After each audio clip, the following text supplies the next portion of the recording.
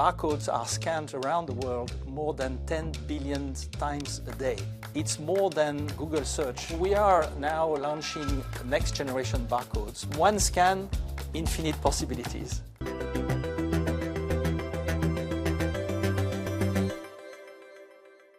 Welcome to The Big Question, the series from Euronews where we address some of the biggest topics on the business agenda.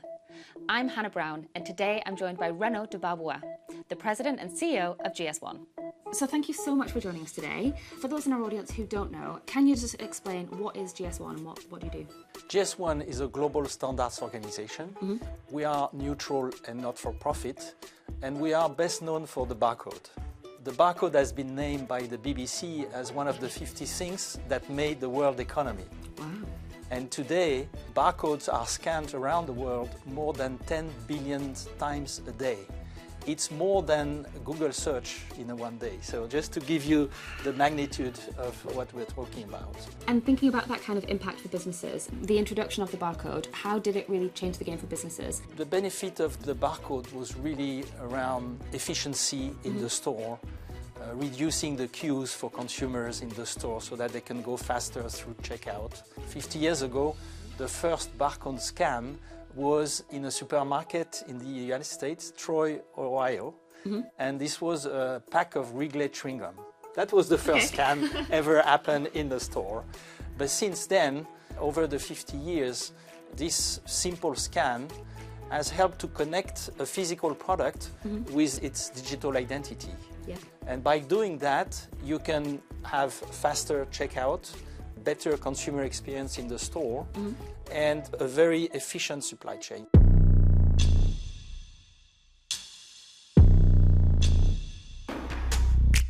The barcode's been around for, over 50 years now, and it's changed the way customers shop and businesses operate. But it's not the plan to stick with it going forward. What's next?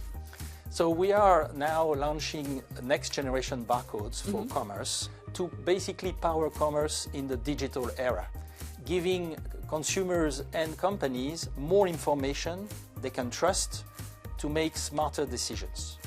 What we did is to marry the two technologies, the QR code and the barcode. And we've basically put the barcode inside the QR code.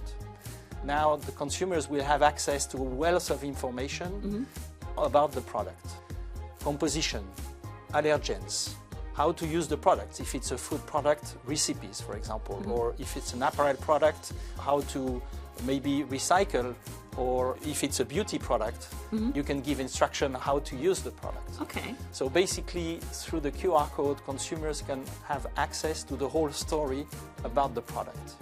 Now, the beauty of marrying the two is that companies can also use the same QR code to implement more transparent, more traceable, and more sustainable supply chains. One scan, infinite possibilities. So it does sound like there's actually a lot of benefits for businesses of making this transition to QR codes. But do you have any data around the amounts of money that businesses can save or actually increase their revenue through this transition? One of the important use cases that we have for this technology is to ensure that you don't sell outdated products. Yes. One concrete example, Woolworths, who is one of the major grocery retailers in Australia, they've used this technology, next generation barcodes, to implement a better way to manage poultry type of products, which are very sensitive from an expiry date standpoint.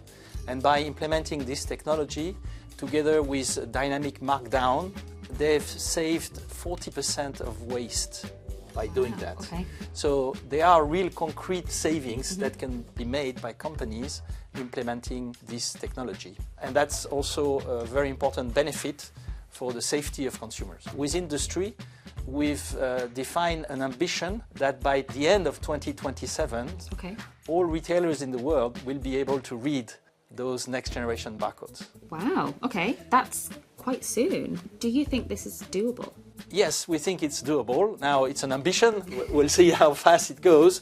Obviously, it represents some investments on the part of retailers to adapt their point-of-sale system, their scanning systems, but it's already well underway. And what's important to mention is that The technology is accessible not only to large companies, but also to small companies. Let me give you an example. The first small retailer in the world to adopt QR code powered by GS1 is a deli shop in Brazil with 3 shops. And in 2 months, with the support of GS1 and solution providers, they've implemented the technology. Brilliant. And the benefit for them was better inventory management. They've reduced waste by 50%, and they can connect better to consumers. Because on every product, for example, a cheese that they sell, they have a QR code. And when the consumer scans the QR code, he's got access to all the characteristics of the product. And in addition to that, if he likes it, he can reorder online with the same QR codes.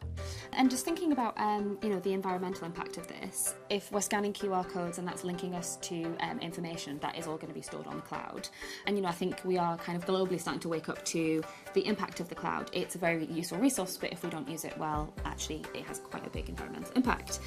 Do you think that by all of these companies, if everyone adopts it and then has to have this data stored in the cloud that's connected to the QR codes, will that have a big negative environmental impact, do you think? Obviously, there is an impact because that's technology, and when you scan, you access the cloud as you describe it. So yes, there is an impact. But what we believe is that by having more information, the consumers will be able to make smarter decisions. Okay. And so by empowering consumers, they will be able to make the right decisions, and this will influence products, and the products will become more sustainable progressively.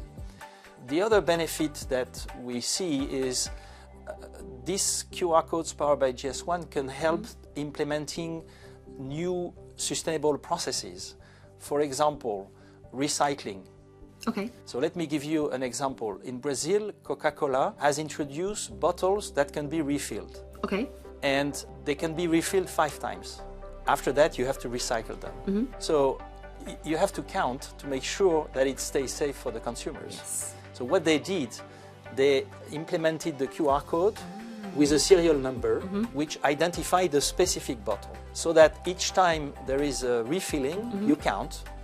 And when you arrive at 5 refilling, then you know that you have to recycle the bottle. So yes, there is a cost, but there are many, many benefits for consumers to help them to make better decisions and to implement more sustainable processes. Okay, brilliant. Well, thank you so much for your time today, Renaud. It has been a pleasure to talk to you on The Big Question. Thanks very much. Thank you.